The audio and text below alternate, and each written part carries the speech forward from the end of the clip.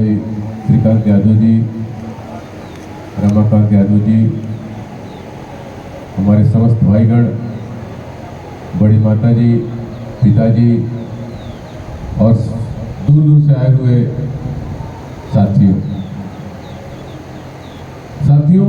एक लड़की अपने पति की दुलारी होती है, लेकिन आपको बताते हुए हमारे ससुर जी यहाँ बैठे हुए हैं, लेकिन मैं चूंकि सच बोलता हूँ, कुछ लोगों को कड़वा जरूर लगेगा। एक लड़की एक पिता की दुलारी होती है आजीवन, लेकिन ये लड़की ऐसी थी, ये हमारी पत्नी ऐसी थी, ये अपने पिता की दुलारी ना हो करके अपने पति की दुलारी हो गई। ये अपने पिताजी के घर नहीं जाती थी। सोचिए, तो जिस लड़की को अपना पिता का घर छोड़कर अपने पति के घर रहना अच्छा लगता हो, तो आप समझ सकते हैं कि उसने जितना मेरा सेवा किया उससे कहीं ज्यादा मैंने उसकी सेवा की। लेकिन ये प्रकृति का नियम है, किसी को भी बीमारी लग सकती है। जिसको भाई साहब कह रहे हैं, पंडित लोग उसमें अपनी कुंडली सेट कर देते हैं कि देखिए वो भगवान को नहीं मानता था, इसके लिए उसकी पत्नी मर गई। आपके सामने हमने महापुरुषों का चित्र दिया है। पेरियार रामास्वामी भगवान को नहीं मानते थे और वो 95 साल तक जिंदा रहे। अमेरिका के लोग, जापान के लोग, रसिया के लोग, अब पूरे वर्ल्ड में चले जाइए, जहां कोई औरत कड़वा चौथ का व्रत नहीं रहती है। औरत कड़वा चौथ का व्रत क्यों रहती है? कि हमारे पति की उम्र लंबी हो जाए। बताइए, भारत में पतियों की उम्र लंबी हुई? अमेरिका के लोग एवरेज आयु 70 साल है और हमारी महिलाएं व्रत कर रही है कि हमारा पति की उम्र लंबी हो जाए। चलिए कोई बात नहीं, आप अपने पति के लिए कड़वा चौथ का व्रत की, पति की उम्र लंबी हो ना हो वो बात की बात है, लेकिन क्या पतियों ने अपनी औरतों के लिए कड़वा चौथ का व्रत रखा? अगर नहीं रखा तो आप क्यों रखते हैं? ये संविधान सबको बराबरी की बात करता है। ये संविधान है क्या? तो मैं ज्यादा नहीं कहूंगा, बस 2 लाइन में अपनी बात खत्म करूंगा। पूरी दुनिया में सिर्फ 2 व्यवस्था है, एक झूठ की व्यवस्था है और एक सच की व्यवस्था है। ये झूठ है क्या? उसने कह दिया ब्रह्मा के मुंह से निकले हैं तो हम सर्वश्रेष्ठ हैं, और तुम लोग पैर से निकले हो तो तुम नीच हो, और तुम नीच हो यानी तुम अहिर हो तो भैंस चरा के दूध दो के पहुंचाओ, तीनों वर्णों की सेवा करो। तुम चमार हो, चमड़े का काम करके तुम जो है तीनों वर्णों की सेवा करो। तुम कुम्हार हो, तुम बर्तन बना करके पहुंचाओ। तुम धोबी हो, कपड़ा धो करके तुम सिर्फ सेवा करो। और कोई राइट्स नहीं दिया इस धर्म ने। इसी धर्म तंत्र यानी मनुतंत्र यानी मनुस्मृति को बाबा साहब अम्बेडकर ने 25 दिसंबर 1927 को महाड महाराष्ट्र में जला दिया और ऐसा संविधान बनाया कि सारे नागरिक एक समान और फ्रीडम ऑफ व्यवसाय, यानी तुम इस व्यवस्था में अहिर थे तो भैंस चराने का काम छोड़ करके तुम MP बनो, MLA बनो, मुख्यमंत्री बनो, प्रधानमंत्री बनो। तो बताइए, ये आपको संविधान चाहिए या वो धर्म तंत्र चाहिए? हाथ खड़े करके बताइए, संविधान कितने लोगों को पसंद है? तो आप लोग संविधान की शपथ लेंगे कि नहीं लेंगे? कोई मर गया हो, कोई जिंदा हो, कोई शादी विवाह हो, कोई गृह प्रवेश हो या घाट हो, तुर्ती पार का घाट हो, वह सारे लोग शपथ लेंगे। कोई भी लाश जाती है वहां शपथ लीजिए, जिससे कि आपको संविधान को सम्मान मिले। संविधान को आप सम्मान देंगे, वो संविधान आपको सम्मान देगा। संविधान चूंकि खत्म किया जा रहा है, आपको पता नहीं चल रहा है। 5 किलो गेहूं, जैसे भाई साहब ने बात की, 5 किलो गेहूं पर आपकी शिक्षा खत्म की जा रही है। स्कूल बेचने का मतलब यह है शिक्षा मंत्री का पद खत्म हो जाएगा, शिक्षा मंत्री का पद खत्म हो जाएगा तो आपकी संसद खत्म हो जाएगी। रेल विभाग खत्म हो गया तो रेल मंत्री खत्म हो जाएगा, संसद खत्म हो जाएगी, राष्ट्रपति खत्म हो जाएगा, संविधान खत्म हो जाएगा, तिरंगा झंडा खत्म हो जाएगा। ये लोकतंत्र यानी जो आपका तंत्र है, जनता का तंत्र है, जिसको अब्राहम लिंकन ने कहा लोगों द्वारा लोगों के लिए बनाई गई व्यवस्था, वो खत्म करके कौन सी व्यवस्था बनाई जाएगी? ब्राह्मणों द्वारा ब्राह्मणों के लिए बनाई गई व्यवस्था यानी धर्मतंत्र। इस व्यवस्था में आप नीच बने रहिए और क्या करिए? घंटा बजाइए। आप मंदिर जा रही हैं, आपका ध्यान भगवान पे, हे काली माता, हे दुर्गा माता, हे सरस्वती माता, आपका ध्यान भगवान पर है और उसका ध्यान कहाँ है? पॉकेट में। आप दान पेटी हटा दीजिए, सारे मंदिरों से पंडित भाग जाएंगे। मैं उन ब्राह्मणों से मेरी दुश्मनी नहीं है जो हमारे साथी हैं, जो हमारे मुसीबत में हमारे घर आए, जो हमारी मुसीबत में अपना मुंबई में घर दिए। जैसे भाई साहब गए थे, हमारे परिवार के लोग गए थे, उन्होंने घर दिया। मुझे ऐसे ब्राह्मणों से दुश्मनी नहीं है। मैं जब पढ़ाई किया तो हमारे भाई ने मुझे भेज दिया गोरखपुर, तिवारी जी का घर था, मैं वहाँ साल भर रह के पढ़ा। तो क्या बताइए, मैं ब्राह्मणों के खिलाफ जहर उगल सकता हूँ? कभी नहीं। मुझे ब्राह्मणों से नफरत नहीं है, ब्राह्मणवाद से, उनकी बनाई हुई झूठी परंपराओं से। आद्या भैया ने कहा, समाज ने इतना दबाव डाला कि मुझे तेरा ही करना पड़ा, मैं ऐसे समाज को लात मारता हूं। क्योंकि इसलिए मैं बोल रहा हूं क्योंकि मैं कोई नेता नहीं हूं। अगर आद्या शंकर जी बोलेंगे तो इनको वोट नहीं मिलेगा, ये हार जाएंगे। मुझे वोट की कोई चिंता नहीं है, क्योंकि मुझे भारत सरकार पेंशन देगी और उस पेंशन से मैं जब तक जिंदा रहूंगा तब तक पेंशन मिलती रहेगी। इसलिए मुझे कोई डर नहीं है सच बोलने से। और मैं अपने भाइयों को धन्यवाद देता हूं। श्रीकांत यादव जी जिंदगी में कभी नहीं बम्बई गए, लेकिन हमारी औरत के मरने के बाद ये फ्लाइट से गए। तो क्या इनको मैं भाई नहीं मानता? ये असली भाई हैं, ये असली गुरु हैं, जिन्होंने हम सबको पढ़ा करके आगे बढ़ाया। वो हमारा नगेंद्र यादव भाई जो है, पूरे घर को संभाला है। पिताजी अगर 20 बार बीमार पड़े हैं तो 20 बार दवाई कराया है। तो क्या हमारा असली भाई नहीं है? क्या मैं ऐसे भाई से मैं झगड़ा कर सकता हूँ? अगर वो हमारी सारी जमीन जायदाद हड़प ले तो भी मैं नहीं लड़ूंगा, क्योंकि मैं गौतम बुद्ध को मानता हूँ। गौतम बुद्ध ने कहा, अहिंसा का मार्ग अपनाओ। हर आदमी को मरना है, हर आदमी को ऊपर जाना है, तो किस बात के लिए झगड़ा? अरे आपको झगड़ा करना ही है तो उन ब्राह्मणों की बनाई हुई जाति व्यवस्था से झगड़ा करिए। वो आपको कहता है अहिंद नेता हो, यानी सिर्फ वही वोट देगा, आप हारते रहिए।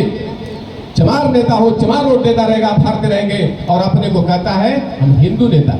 जो 3% है वो 26 राज्य का राज्यपाल बन गया, मुख्यमंत्री बन गया, जज बन गया, IAS बन गया, ब्यूरोक्रेट्स बन गया, सेक्रेटरी बन गया, कैबिनेट मंत्री बन गया, मंदिर का 81 लाख करोड़ पा गया। और आपको क्या मिला? घंटा। इस तंत्र में आपको घंटा मिलेगा और नीचता मिलेगा। और तीसरी चीज, पंडित का पैर पकड़ करके लोग पानी से पीते थे, जिसको चरणामृत कहते हैं। ये 3 चीज के अलावा कुछ नहीं मिलता है। इस संविधान में आपको क्या मिलता है? शिक्षा, संपत्ति, वोट का अधिकार, मान सम्मान। तो जो मान सम्मान हमको MP MLA बनने का राइट्स देता है, मुख्यमंत्री बनने का राइट्स देता है, वो संविधान हमारे घर घर होना चाहिए। वो संविधान मंगेश भारती जी आजमगढ़ से आपके लिए लेकर आए हैं। इनके लिए जोरदार ताली बजाइए, खड़े हो जाइए मंगेश भारती जी। ये घर द्वार छोड़ करके घर घर संविधान बांट रहे हैं। ऐसे ऐसे लोग मिशन चला रहे हैं। आप 15 साल बाद देखिएगा, हर घर में संविधान होगा। और जो आपको नीच कहते थे, एक समय ऐसा आएगा कि जब समाज में चलेंगे और बोलेंगे कि हम मनुवादी वर्ग से हैं, तो लोग कहेंगे इससे बात मत करो। ये मैं नहीं कह रहा हूँ, ये समाज की सोच बनती जा रही है, क्योंकि इन लोगों ने इतना सताया है, इतना नीच कहा है कि हमारे लोग उठ नहीं पा रहे। जैसे आप बच्चे को गधा कहिए तो कहता है जाइए गधा रहेंगे। हम लोग वो गधा मान करके और पढ़ाई नहीं करता है, बोलता है जाइए हम गधा रहेंगे, पढ़ाई नहीं करेंगे। जब एडिसन स्कूल में पढ़ने गया, लोगों ने मार के भगा दिया, कहा ये गधा लड़का है, इसको स्कूल से भगा दो। एक चिट्ठी लिख के दिया। वो चिट्ठी जब उसकी माँ पढ़ने लगी तो लड़का रोने लगा।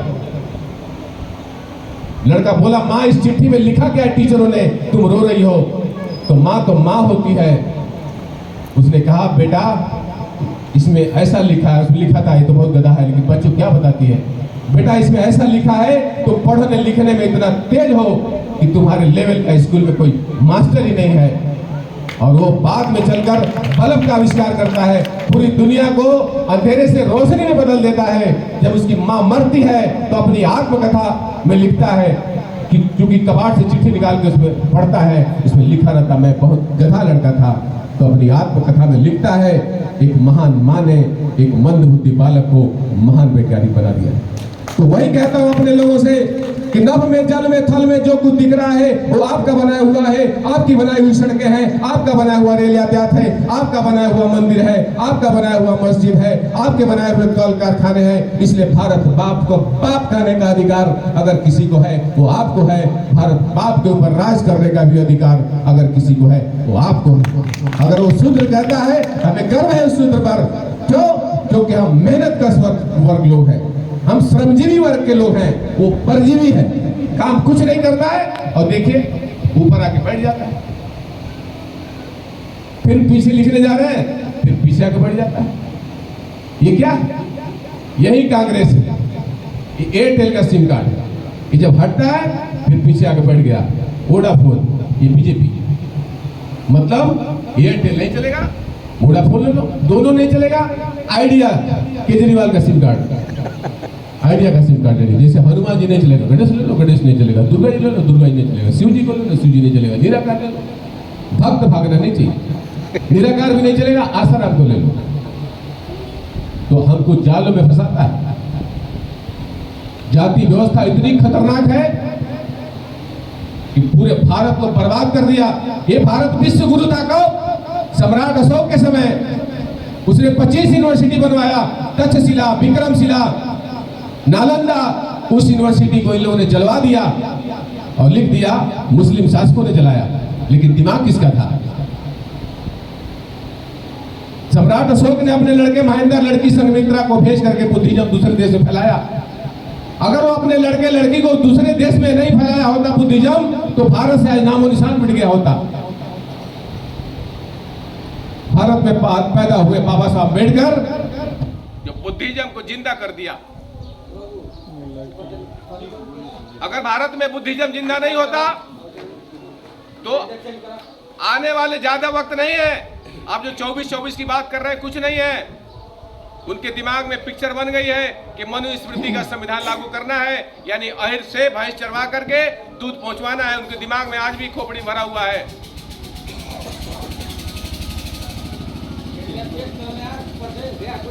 चलो, अगर आप लोग चाहते, मिश्रा माइक चल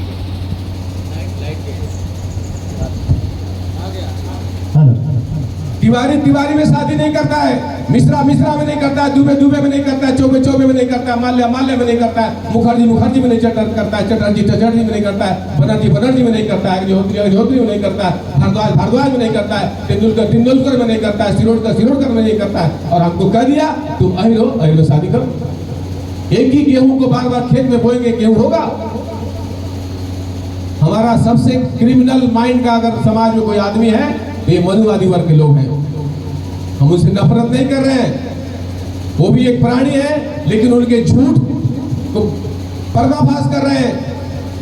क्या दूसरी जाति में शादी करेंगे बच्चा पैदा नहीं होगा? मुलायम सिंह साधना गुप्ता से शादी किए, क्या बच्चा पैदा नहीं हुआ? सीधी नाक वाला हुआ कि टेढ़ी नाक वाला? सीधी नाक वाला हुआ। तो हमको सीधी नाक वाला लड़का चाहिए कि टेढ़ी नाक वाला? सारे ब्राह्मण मिलकर के आपस में शादी कर रहे हैं, ब्राह्मण सभा कर रहे हैं। सारे क्षत्रिय आपस में शादी कर रहे हैं, क्षत्रिय सभा कर रहे हैं। सारे वैसे आपस में मिलकर के क्षत्रिय सभा वैसे सभा कर रहे हैं और आपस में शादी कर रहे हैं। और हमको कह दिया तुम यादव सभा करो, मौर्य सभा करो, कुर्मी। अरे शूद्र सभा करिए। आपको शूद्र से नफरत है, आप प्रधानमंत्री बनिए और रात के 12 बजे ऑर्डर निकालिए, मित्रों जो जाति लिखेगा उसको जेल में डाल देंगे। किसी की हिम्मत है? 12 बजे आपका नोट हो गया तो कोई नोट चला? अगर एक बार ऑर्डर हो गया जो जाति लिखेगा उसको जेल में डाल दिया जाएगा। कोई माई का लाल पैदा नहीं हुआ जो जाति लिखेगा। अगर वो बोल रहा है मित्रों, मतलब समझ लीजिए कोई राष्ट्रीय संकट आने वाला। हम लोग घर में महिलाओं को 8 हाथ का दुर्गा दे दीजिए तो बोलेंगे जय दुर्गा माई। और घर में 8 हाथ की लड़की छोड़िए, 4 हाथ की लड़की अगर पैदा हो जाए तो उसकी मां सौरिये में उसका मुड़ी दबा देगी। दबा देगी नहीं दबा देगी? हम मानसिक रूप से पागल बना दिया। ये मोबाइल देखिए, ये मोबाइल है, ये मोबाइल हार्डवेयर है और यह सॉफ्टवेयर है। ये अगर सॉफ्टवेयर हैंग हो गया तो ये मोबाइल चलता नहीं है, तो दुकान वाला बोलता है इसमें एंटीवायरस डाल दो। उसी तरह ये हमारा शरीर हार्डवेयर है, ये सॉफ्टवेयर है, ये बचपन में हैंग कर दिया, तुम वही रो, चमार हो, धोबी हो, पासी हो, ईश्वर है अल्लाह, हमारा दिमाग हैंग हो गया। शादी करिए दूसरी जाति में। हमारी पत्नी को मैं समझाया था, पत्नी ने बोला ठीक है, दूसरी जाति में शादी करना चाहते हैं कर दीजिए, हमें कोई दिक्कत नहीं है। मैं ऐसी पत्नी को नमन करता हूं। हमारे कोई भी कार्यक्रम में अड़ंगा नहीं डालती थी, जैसे भाई साहब कहते हैं कि अड़ंगा डाल देती है। अरे जो पंडित आपको नीच कहता है, अगर आपका स्वाभिमानी व्यक्ति है तो उसको घर में बिल्कुल संस्कार मत करवाइए। आप बुलाइए, आपके दोस्त हैं, आप शादी विवाह बुलाइए, लेकिन शादी विवाह गृह प्रवेश के द्वारा ये समाज को गुलाम बनाए। आपका इनकाउंटर किया और आप उसी के पास पहुंच गए, बाल छिलवा लिया, इसका मतलब आप मानसिक गुलाम है।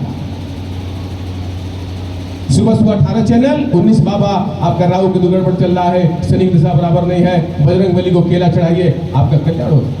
पत्थर को लोग केला चढ़ा है और माई बाप को कोई केला नहीं दे रहा, जिंदा माँ बाप को कोई केला नहीं दे रहा। इसलिए हमने कविता बनाई, जब पढ़े लिखे ही पागल हैं तो अनपढ़ को कौन पढ़ाएगा, जिंदा बाप कोई न पूजे, मरे बाप पूजवाएगा। जिस पत्थर में प्राण नहीं है उसमें प्राण प्रतिष्ठा करवाएगा, और मेहनत से जो काम करेगा वो कभी इज्जत नहीं पाएगा।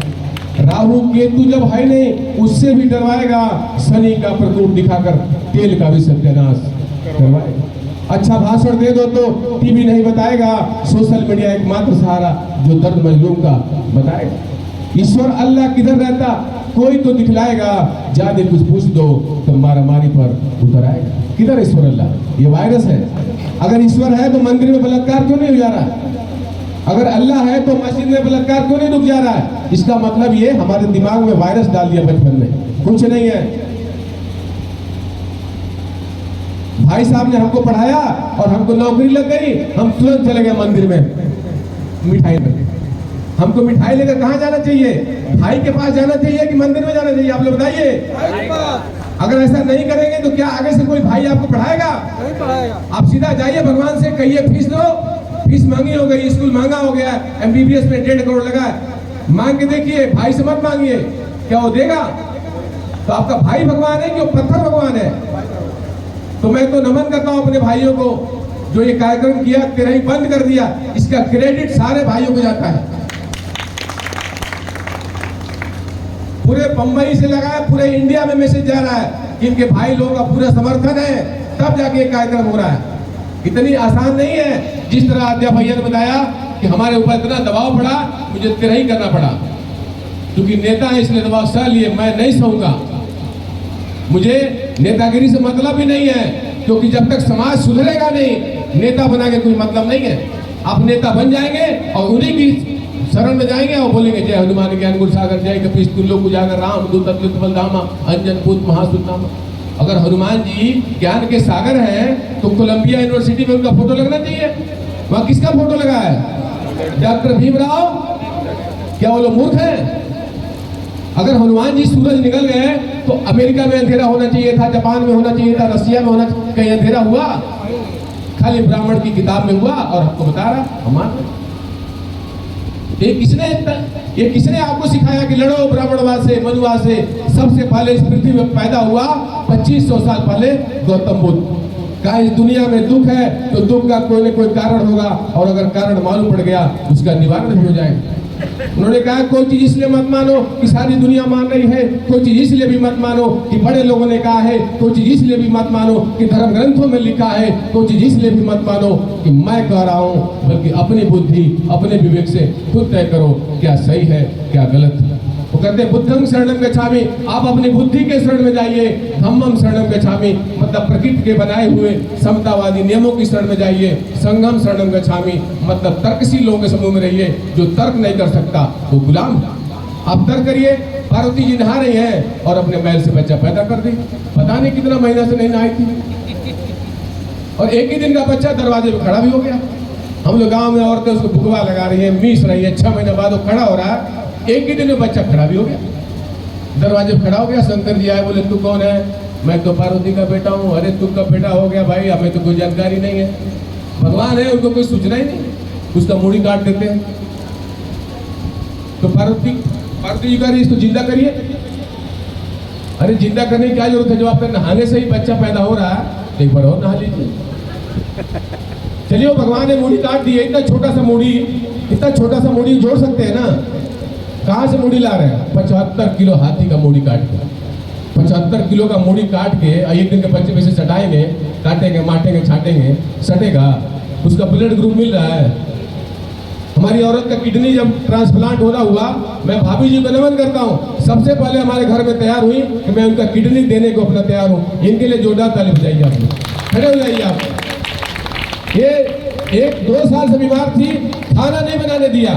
बताइए, ऐसा पूरे गांव में कहीं नहीं होगा कि कोई जेठान जो है अपनी छोटी, इनकी जो हमारी औरत है उसके लिए कोई ईर्ष्या द्वेष ना करे। लेकिन ये औरत ऐसी है, ये भाभी हमारी ऐसी है, कभी इनके मन में कोई द्वेष, कोई जलन कभी नहीं आया। और इसका कपड़ा तक खींचती थी, इसकी इतनी सेवा की, तो बताइए। और उसका कपड़ा, उसका अगर सोना बच गया है तो हमारे घर में सब लोग तैयार हो जाएंगे, लेकिन उसका अगर कपड़ा बच गया तो लोग बोलेंगे ना, नाम ना छुओ। बताइए, मानसिक गुलामी है कि नहीं है? लेकिन हमारी भाभी ने कहा कि उसका जितना भी कपड़ा है अगर कोई नहीं पहनेगा मैं पहनूंगी। तो बताइए, ये पाखंडी अंधविश्वासी औरत है या वैज्ञानिक है? बताइए, विज्ञानवादी है। तो जोरदार ताली बजाइए इनके लिए, खड़े हो जाइए। ये देखिए, ऐसी औरतें कहीं नहीं मिलेगी, किसी गांव में, किसी परिवार में नहीं मिलेगी। इसलिए हमारा ये परिवार आज इकट्ठा दिख रहा है। बड़े भाई लोग जो हमारे से अलग है, लेकिन कोई पहचान नहीं सकता है हम अलग। फ्लाइट से आकर के हमारे घर पहुंचे, कोई आएगा? लड़की के पिताजी नहीं आए, भाई तो पता नहीं, ठीक है लेके आ गए, कोई बात नहीं है।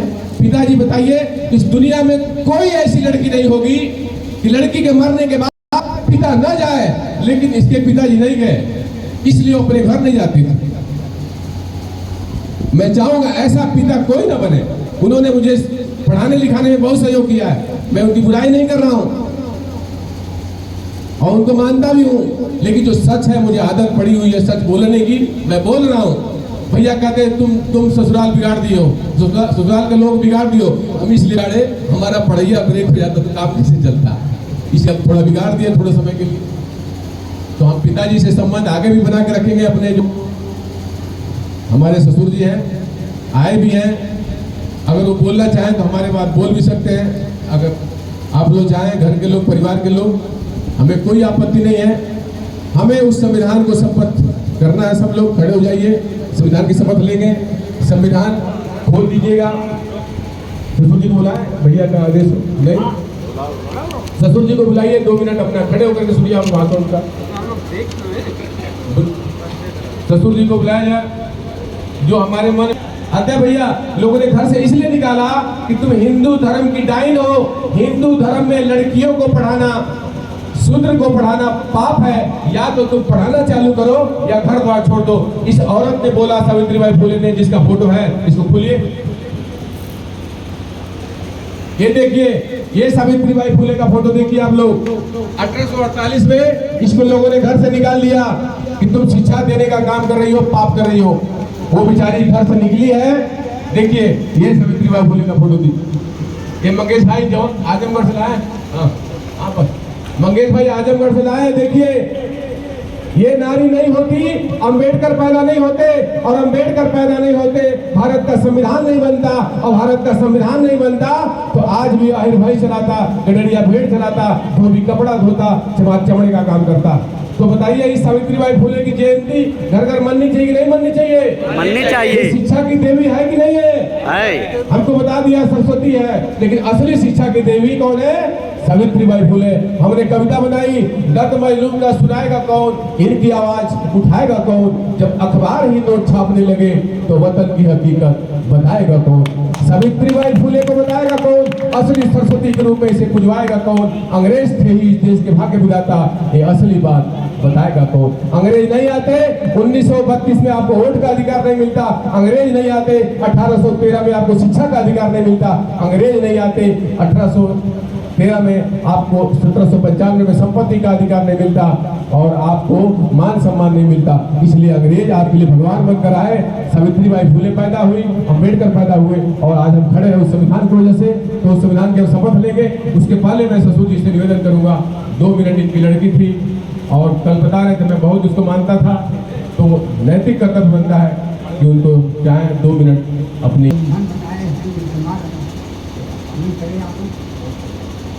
इसके लिए जोरदार ताली बजाइए। मुझे शंकर यादव जी जो ताड़ी बड़ा गाँव से आए।